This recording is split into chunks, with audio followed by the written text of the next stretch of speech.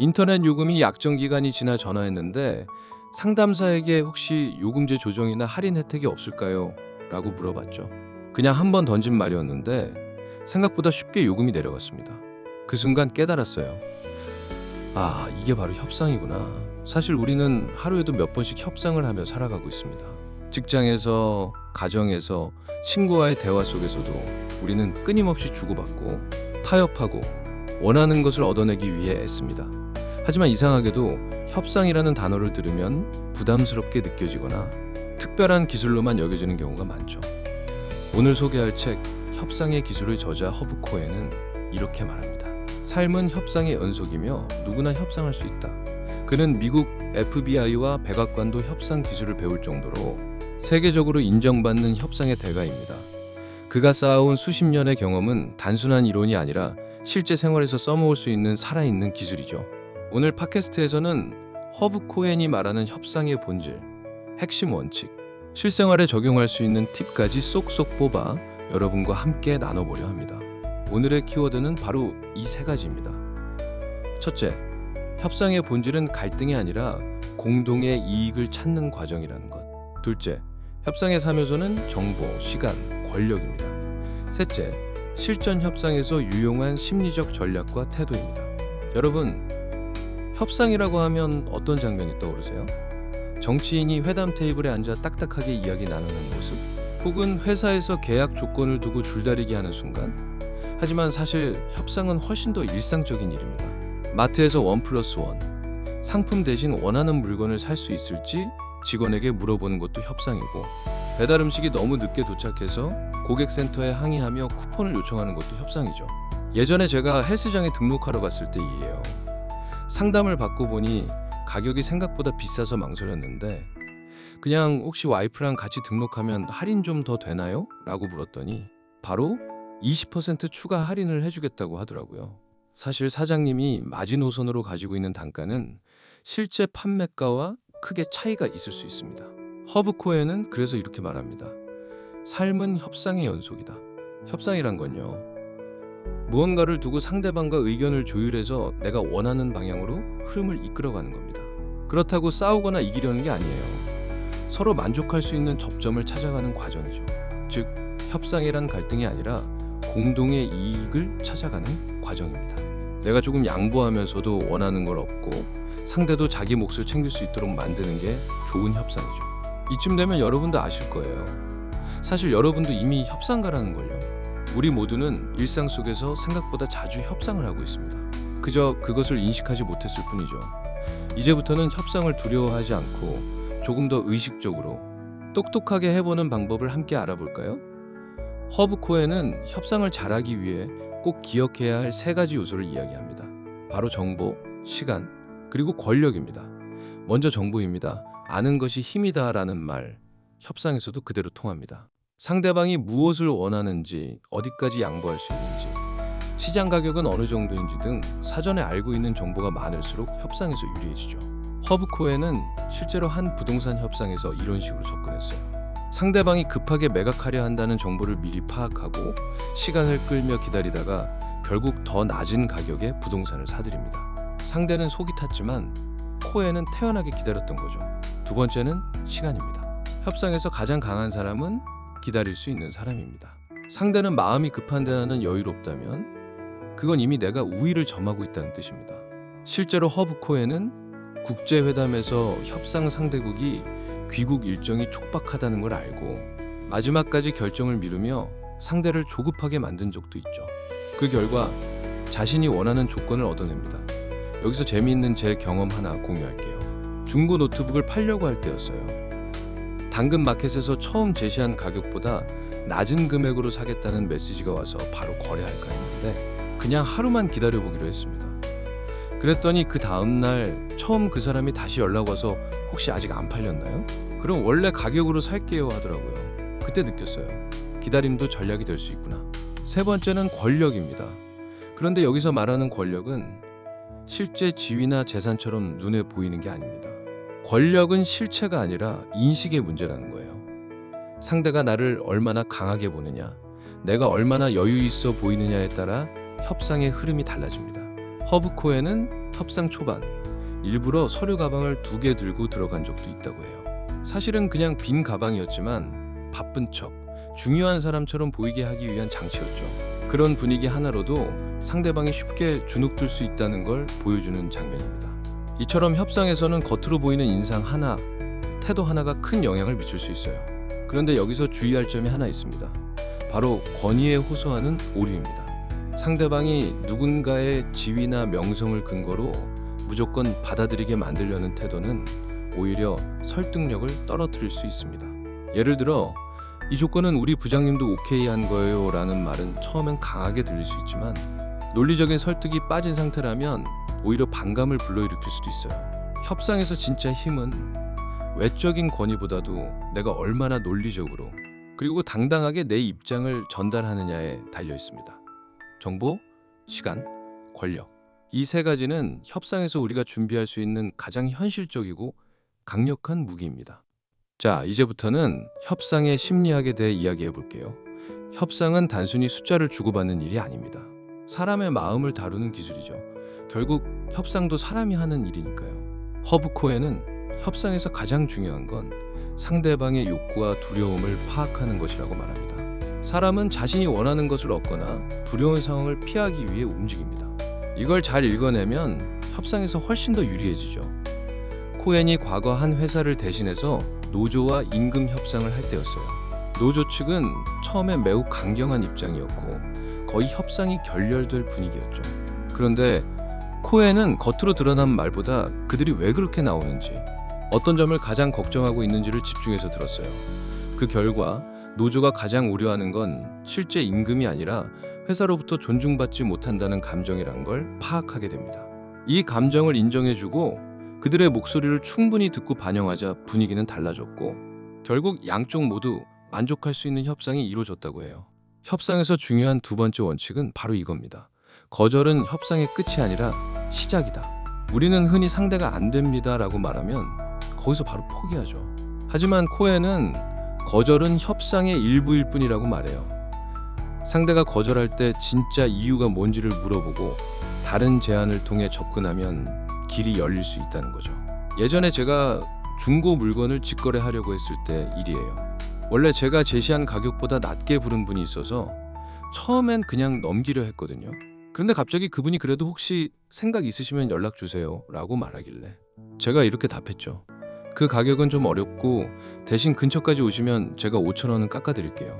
그러자 상대방이 흔쾌히 오케이 하더니 직접 오시겠다고 하더라고요. 그때 느꼈어요. 처음에 거절은 꼭 끝이 아니고 새로운 제안을 위한 첫걸음일 수도 있구나. 그리고 마지막으로 감정에 휘둘리지 말고 유쾌한 태도를 유지하라. 협상이 격해질수록 사람은 감정적으로 반응하게 됩니다. 하지만 이럴 때일수록 감정을 조절하고 유쾌한 태도를 유지하는 사람이 결국 협상을 유리하게 이끌 수 있어요. 허브 코엔은 협상 자리에서 농담도 자주 한다고 해요. 긴장된 분위기를 풀어주고 상대와 인간적인 유대감을 만드는 게 중요하다는 거죠. 그는 진지함은 신뢰를 낳지 않는다. 유쾌함이 오히려 사람을 움직인다고 말합니다. 결국 협상이란 숫자와 조건만의 문제가 아니라 사람의 마음을 읽고 이해하고 유쾌하게 접근하는 기술입니다. 이걸 기억하면 여러분도 충분히 더 좋은 결과를 이끌어낼 수 있어요. 협상은 꼭 회의실에서만 벌어지는 게 아니에요. 오히려 우리의 일상 속에서 아주 사소한 순간마다 협상이 일어나고 있습니다. 먼저 월세 협상 얘기부터 해볼게요. 허브 코엔은 한 번은 친구가 새로 이사할 집을 구하면서 집주인에게 월세 인하를 요청해보자고 제안했대요. 친구는 요즘 세입자 구하기 힘들다던데 라는 말만 듣고 주저하고 있었지만 코엔은 이렇게 말했죠. 물어보는 건 공짜야. 네가 얼마나 진지하게 이 집을 생각하는지 보여주고 대신 조건을 달면 돼. 그래서 친구는 집주인에게 6개월치 월세를 선납하겠으니 월세를 5%만 낮춰달라고 했고 집주인이 흔쾌히 받아들였다고 해요. 이게 바로 실전 협상이죠. 저도 젊었을 때 서울에서 엔지니어로 일할 때가 있었어요. 집주인께서 월세를 3만 원 정도 올리겠다고 하시더라고요. 그때 저는 바로 사장님, 제가 지금까지 연체 없이 잘 살았고 앞으로도 쭉 살 생각인데 혹시 그냥 동결해 주실 수 있을까요? 하고 조심스럽게 말씀드렸어요. 그리고 한참을 조용히 기다렸죠. 아무 말도 안 하고 그 침묵이 흐르는 사이에 집주인께서 알겠어요. 그대로 하시죠. 하시더라고요. 그때 느꼈어요. 말투 하나, 침묵 하나가 협상의 방향을 바꿀 수 있다는 걸요. 또 하나는 중고차 가격 협상이에요. 허브코에는 중고차를 살 때 꼭 침묵의 기술을 쓰라고 합니다. 판매자가 가격을 제시했을 때 아무 말 없이 가만히 있기.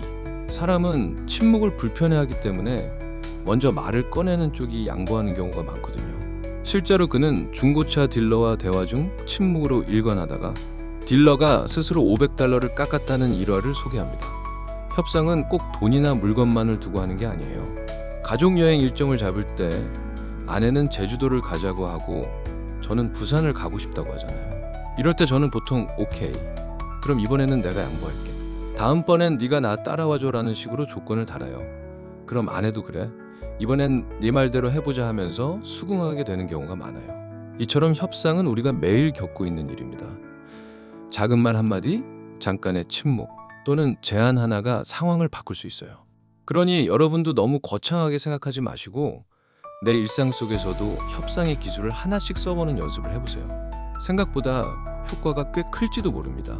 자, 이번에는 조금 더 본격적인 협상 이야기로 들어가 볼게요. 바로 비즈니스 협상의 비밀입니다. 비즈니스 협상은 일상 협상보다 훨씬 더 많은 이해 관계자와 복잡한 조건들이 얽혀 있어요. 그렇기 때문에 말 한마디, 제스처 하나, 제안 하나가 계약의 성패를 가리기도 합니다. 먼저 협상 테이블에서의 파워 게임에 대해 이야기해 볼게요. 허브 코엔은 협상의 권력은 실체보다 인식에 있다고 말합니다. 실제로 코엔이 한 다국적 기업의 계약 협상에 참여했을 때 이야기예요. 상대 회사는 자사 기술에 대한 우월감을 내세우며 협상 초반부터 고압적인 태도를 보였대요. 하지만 코엔은 그들의 기술 의존도가 실제보다 낮다는 정보를 미리 입수해둔 상태였죠. 그래서 초반엔 상대를 존중하는 듯 보였지만 대화가 진행될수록 서서히 주도권을 잡아가며 결국 훨씬 유리한 조건으로 계약을 성사시킵니다. 이처럼 협상에서 권력은 누가 더 강해 보이느냐가 아니라 누가 더 많이 알고 준비했느냐에 따라 달라집니다. 두 번째는 조건부 양보 전략입니다. 협상에서는 무턱대고 양보하는 것이 아니라 반드시 무언가를 받고 주는 구조가 되어야 해요. 이를테면 이 조건을 들어드릴 테니 대신 이건 이렇게 해주세요 라는 식이죠. 제가 예전에 스타트업에서 외주 개발자로 일할 때 일이었어요. 클라이언트 측에서 개발 예산을 10% 줄여달라고 요청하더라고요. 그냥 받아들이면 손해니까. 저는 이렇게 말했어요. 예산 조정은 가능하지만 그 경우에는 기능 중 일부를 다음 단계로 미루거나 일정 일부를 간소화해야 할 것 같습니다. 그러자 클라이언트가 잠시 고민하더니 그러면 이 기능은 우선순위에서 빼고 핵심 기능만 먼저 개발해 주시겠어요? 하면서 수긍했어요. 결과적으로 저도 손해 없이 일 진행했고 클라이언트도 만족했죠. 이처럼 양보하더라도 아무 조건 없이 주는 게 아니라 교환하듯 접근하는 것이 핵심이에요. 마지막은 협상은 결국 윈윈이어야 오래 간다는 원칙이에요. 협상에서 이기고 지는 건 중요하지 않아요. 한쪽만 이득을 보면 결국 관계가 깨지고 다음 기회는 사라지게 됩니다. 허브 코엔은 어떤 협상에서도 상대가 체면을 잃지 않도록 반드시 출구를 열어주라고 강조합니다. 협상은 거래일 뿐 아니라 관계이기 때문이죠. 저도 프리랜서로 일할 때 클라이언트와 일정 조율이 꼬였던 적이 있어요. 서로 일정이 맞지 않아서 꽤 팽팽하게 대치하다가 제가 먼저 그럼 이번에는 제가 날짜를 맞추고 대신 다음 작업 때는 미리 조율할 수 있도록 부탁드릴게요 라고 말했어요.